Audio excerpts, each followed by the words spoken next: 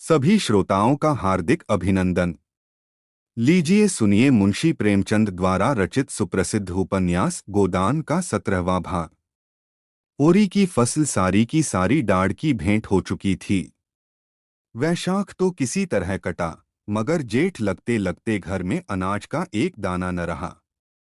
5-5 पेट खाने वाले और घर में अनाज नदारद।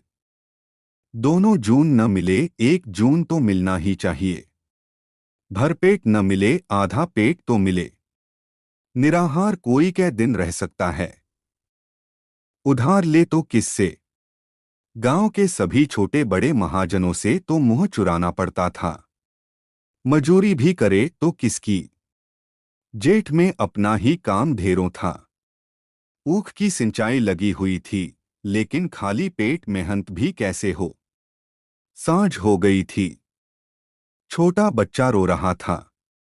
माँ को भोजन न मिले तो दूध कहाँ से निकले। सोना परिस्थिति समझती थी, मगर रूपा क्या समझे। बार बार रोटी रोटी चिल्ला रही थी। दिन भर तो कच्ची अमिया से जी बहला, मगर अब तो कोई ठोस चीज चाहिए। पूरी दुलारी सहुआइन से अनाज उधार मांगने गया था, पर वह दुकान बंद करके पैठ चली गई थी। मंगरू साह ने केवल इनकार ही न किया, लताड़ भी दी। उधार मांगने चले हैं, 3 साल से धेला सूद नहीं दिया, उस पर उधार दिए जाओ। अब आकबत में देंगे। खोटी नियत हो जाती है तो यही हाल होता है। भगवान से भी यह अनीति नहीं देखी जाती। कारकुन की डांट पड़ी तो कैसे चुपके से रुपए उगल दिए। मेरे रुपए रुपए ही नहीं हैं। और मेहरिया है कि उसका मिजाज ही नहीं मिलता। वहां से रुआसा होकर उदास बैठा था कि पुन्नी आग लेने आई।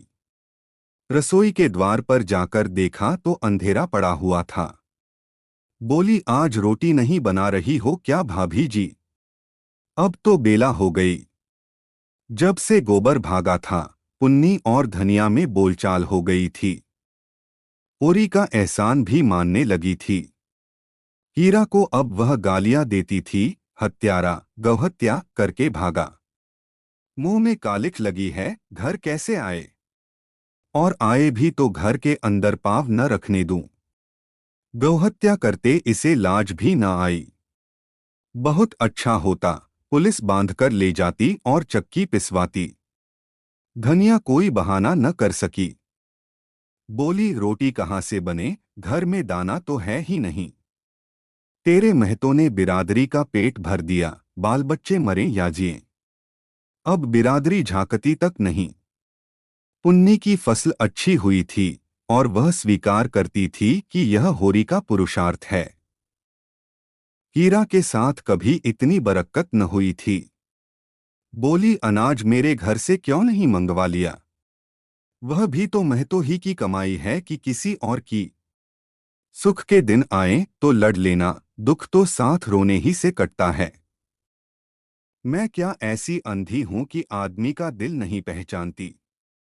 महतो ने न संभाला होता तो आज मुझे कहाँ शरण मिलती। वह उल्टे पांव लौटी और सोना को भी साथ लेती गई।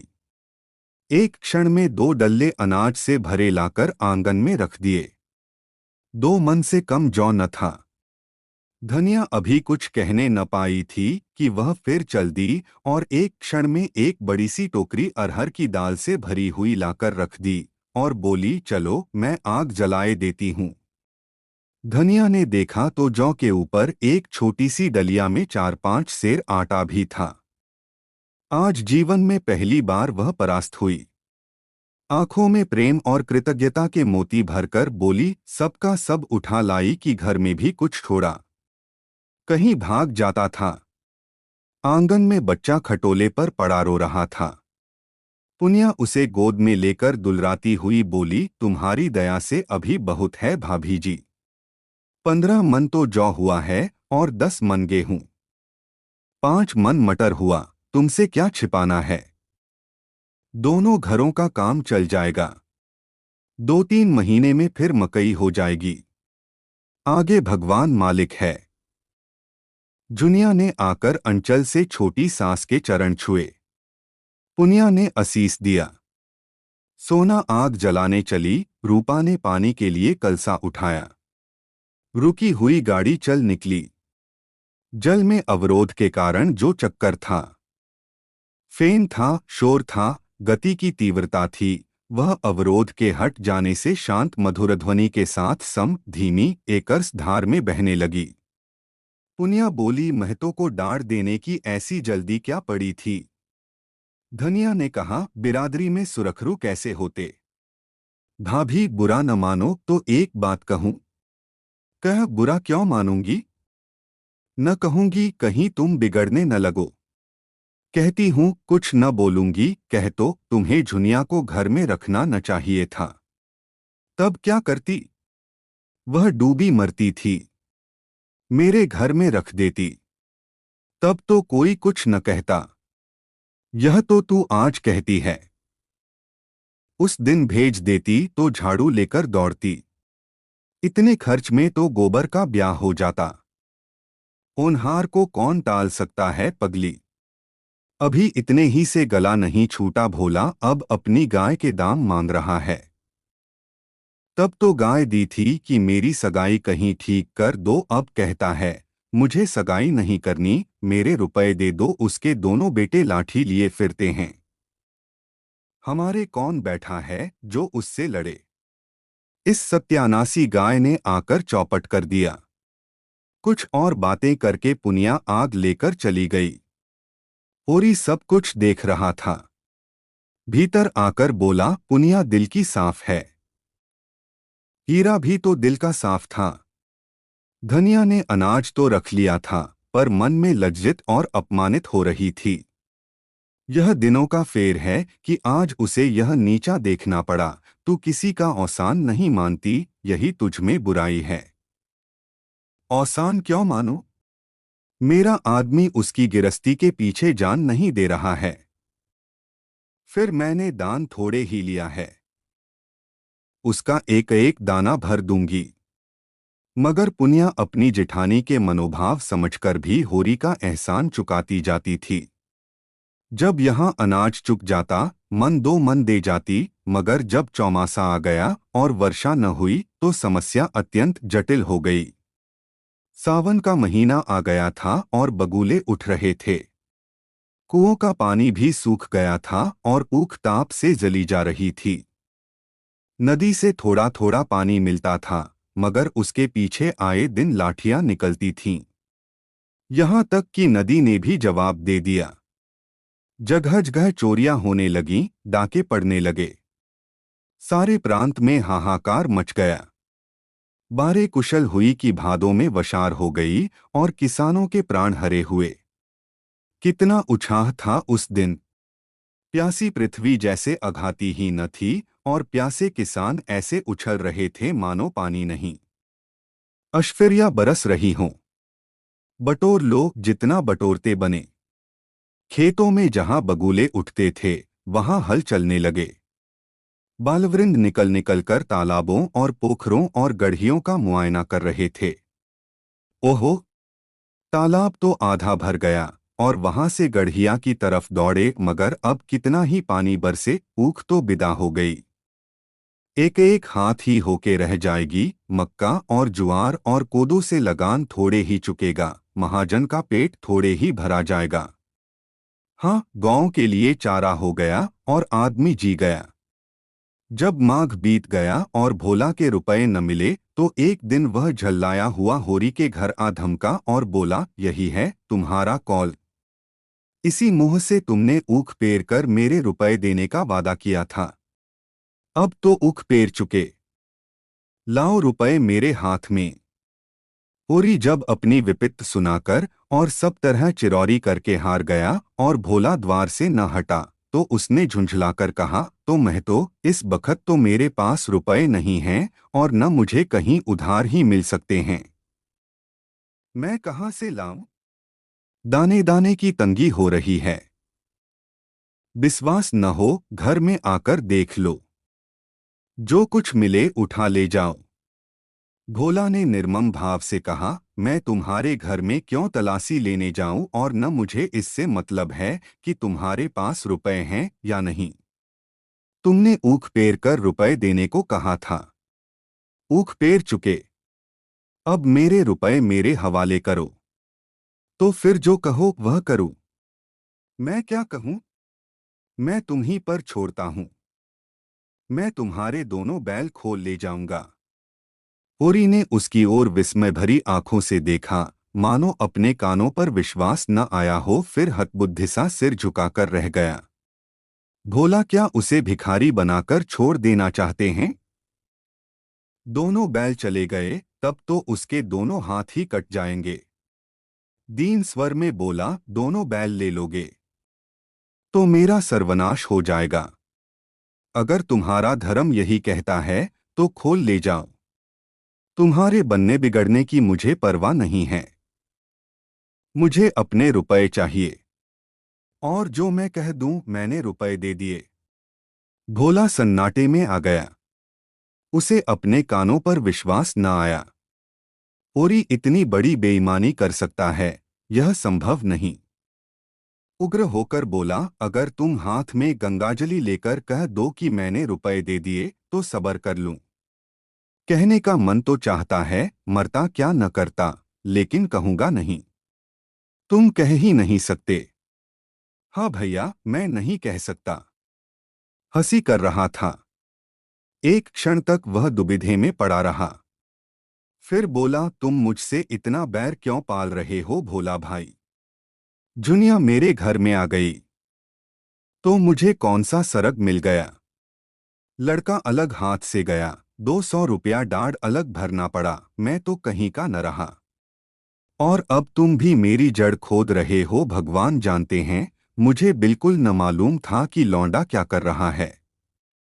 मैं तो समझता था गाना सुनने जाता होगा।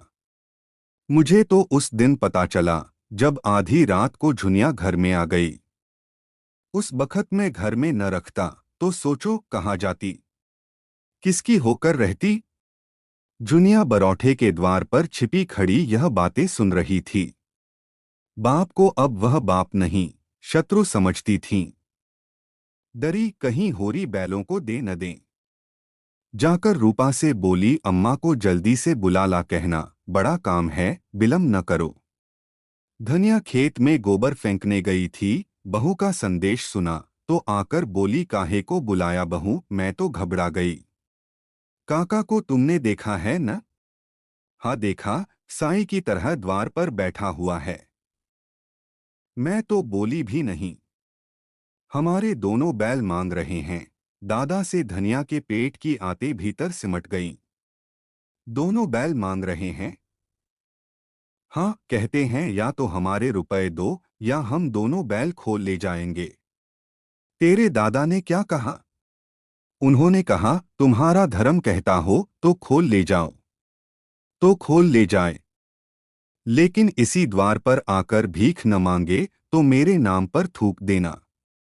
हमारे लहू से उसकी छाती जुड़ाती हो तो जुड़ा ले। वह इसी तैश में बाहर आकर होरी से बोली, मैं तो दोनों बैल मांग रहे हैं तो दे क्यों नहीं देते?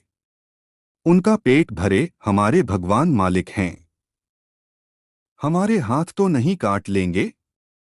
अब तक अपनी मजूरी करते थे, अब दूसरों की मजूरी करेंगे। भगवान की मर्जी होगी तो फिर बैलबधिये हो जाएंगे, और मजूरी ही करते रहे तो कौन बुराई है।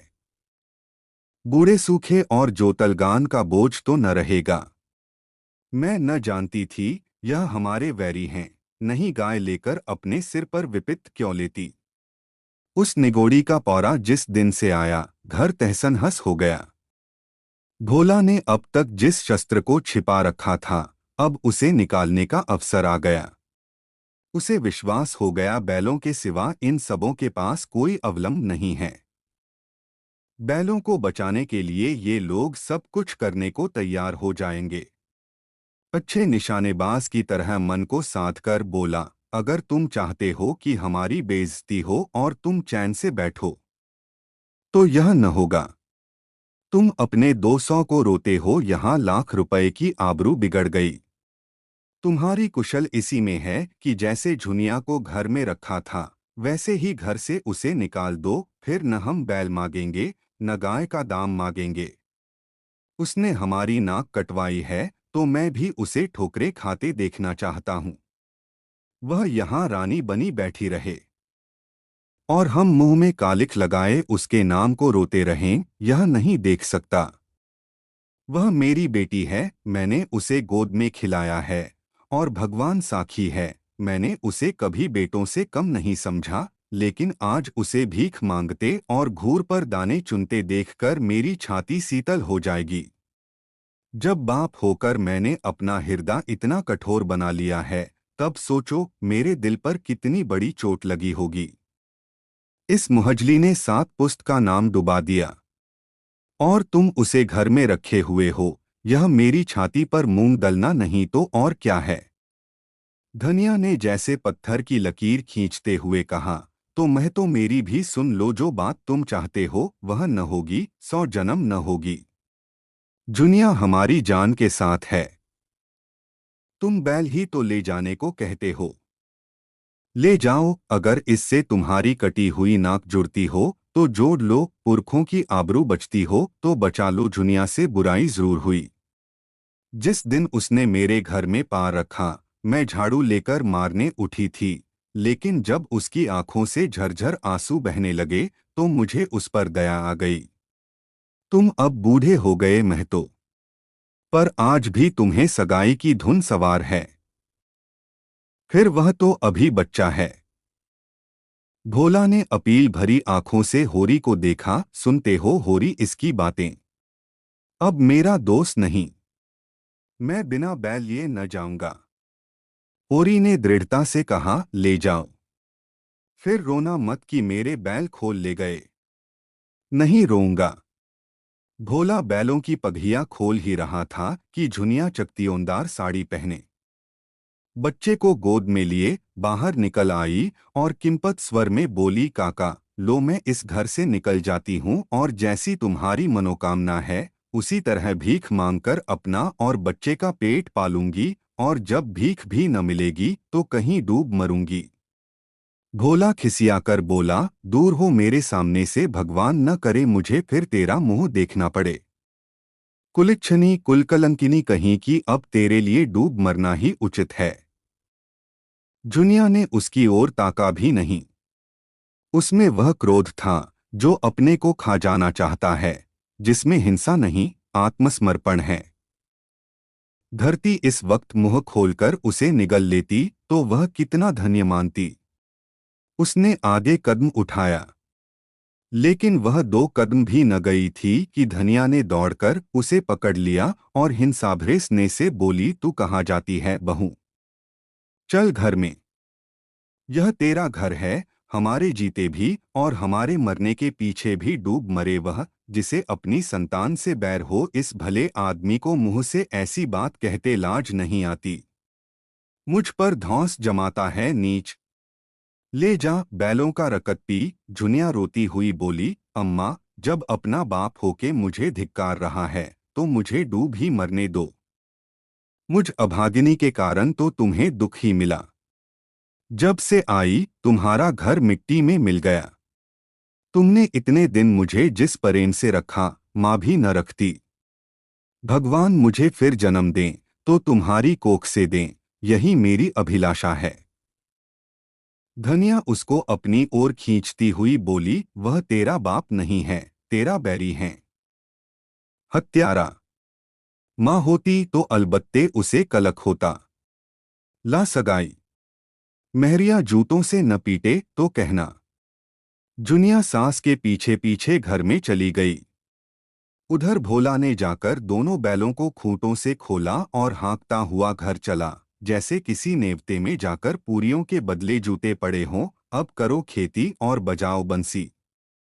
मेरा अपमान करना चाहते हैं सब, न जाने कब का बैर निकाल रहे हैं। नहीं, ऐसी लड़की को कौन भला आदमी अपने घर में रखेगा। सबके सब बेशरम हो गए हैं।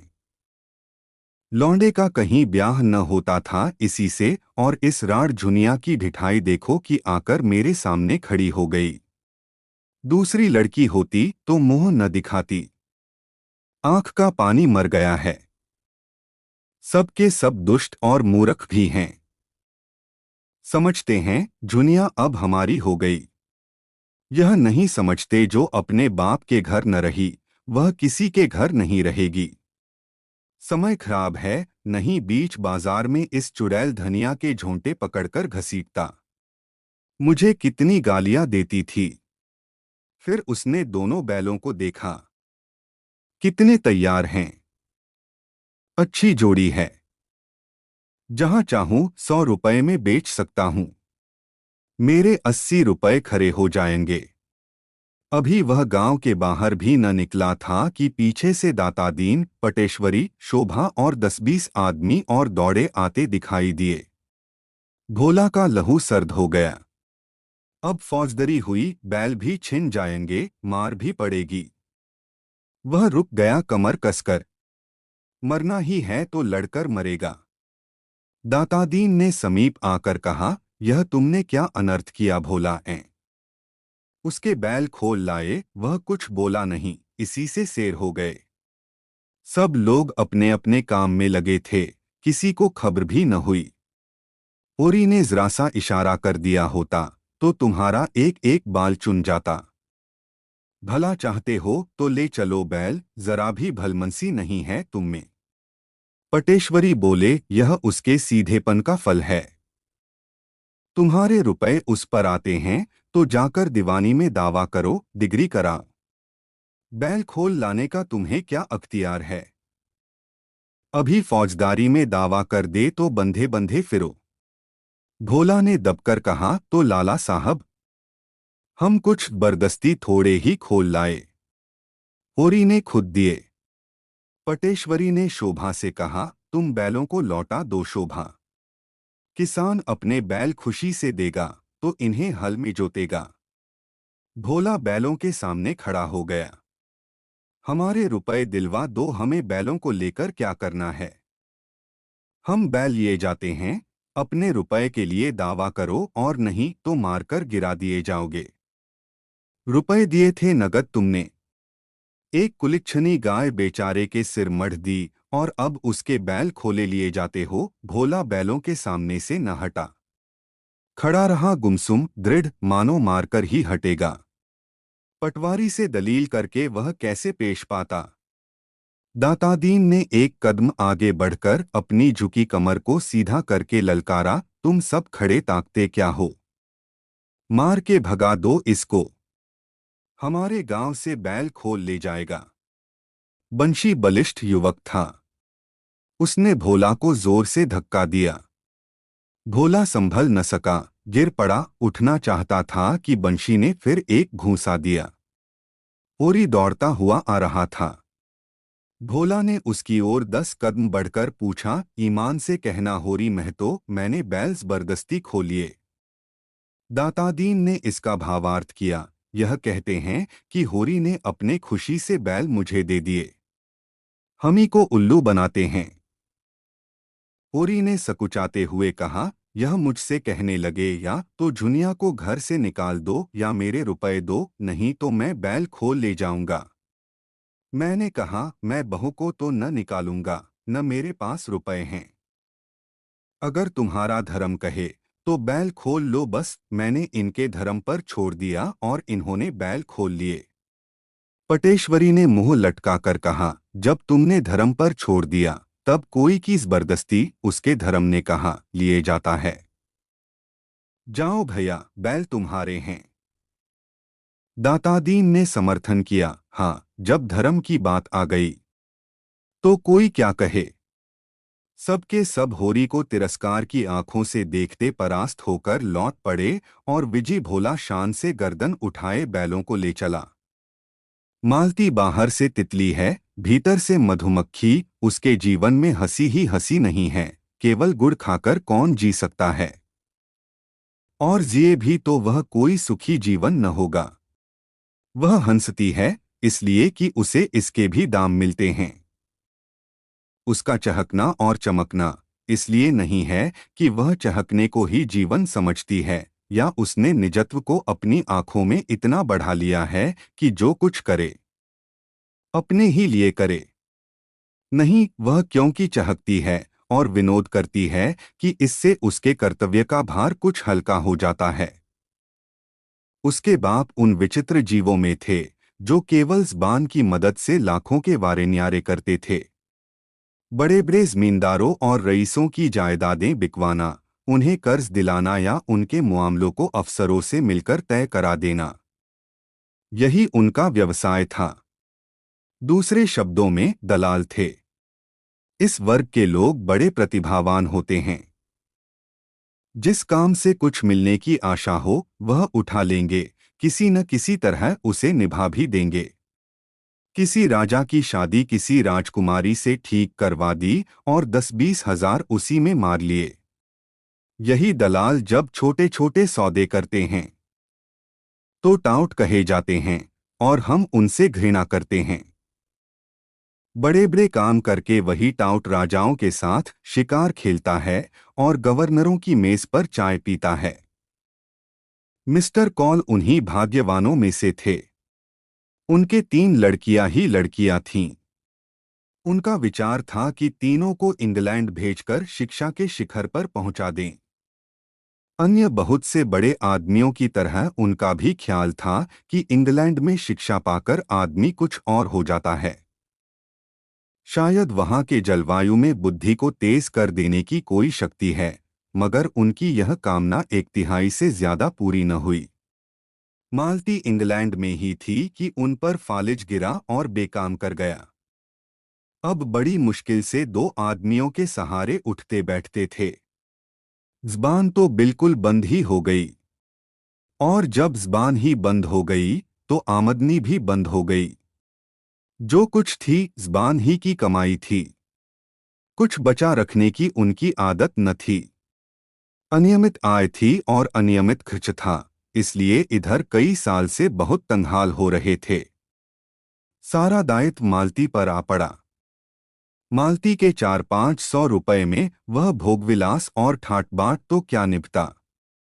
हाँ, इतना था कि दोनों लड़कियों की शिक्षा होती जाती थी और भलेमानसों की तरह जिंदगी बसर होती थी। मालती सुबह से पहर रात तक दौड़ती रहती थी। चाहती थी कि पिता सात्विकता के साथ रहें, लेकिन पिताजी को शराबकवाब का ऐसा चस्का पड़ा था कि किसी तरह गला न छोड़ता था। कहीं से कुछ न मिलता तो एक महाजन से अपने बंगले पर प्रोनोट लिखकर 1000-2000 ले लेते थे। महाजन उनका पुराना मित्र था, जिसने उनकी बदौलत लेन देन में लाखों कमाए थे और मुरोवत के मारे कुछ बोलता न था। उसके 25,000 चढ़ चुके थे और जब चाहता कुकीर करा सकता था, मगर मित्रता की लाज निभाता जाता था। आत्मसेवियों में जो निर्लज्जता आ जाती है वह कॉल में भी थी। तकाजे हुआ करें, उन्हें परवाह न थी। मालती उनके अपव्यय पर झुंझलाती रहती थी, लेकिन उसकी माता जो साक्षात देवी थीं और इस युग में भी पति की सेवा को नारी जीवन का मुख्य हेतु समझती थीं, उसे समझाती रहती थी, इसलिए गृहयुद्ध न होने पाता था। संध्या हो गई थी। हवा में अभी तक गमीर थी। आकाश में धुंध छाया हुआ था। मालती और उसकी दोनों बहनें बंगले के सामने घास पर बैठी हुई थीं। पानी न पाने के कारण वहां की दूब जल गई थी और भीतर की मिट्टी निकल आई थी। मालती ने पूछा, माली क्या बिल्कुल पानी नहीं देता? मंझली बहन सरोज ने कहा, पड़ा पड़ा सोया करता है सुअर। जब कहो तो 20 बहाने निकालने लगता है।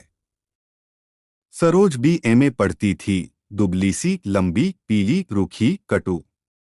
उसे किसी की कोई बात पसंद न आती थी। हमेशा ऐब निकालती रहती थी।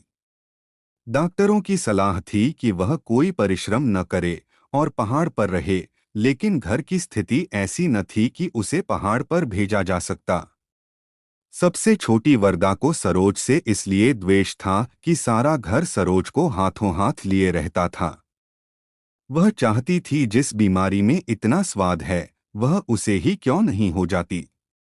गोरी सी, गर्वशील, स्वस्थ, चंचल आंखों वाली बालिका थी, जिसके मुख पर प्रतिभा की झलक थी। सरोज के सिवा उसे सारे संसार से सहानुभूति थी। सरोज के कथन का विरोध करना उसका स्वभाव था। बोली, दिन भर दादाजी बाजार भेजते रहते हैं, फुर्सत ही कहाँ पाता है। मरने को छुट्टी तो मिलती नहीं, पड़ा पड़ा सोएगा।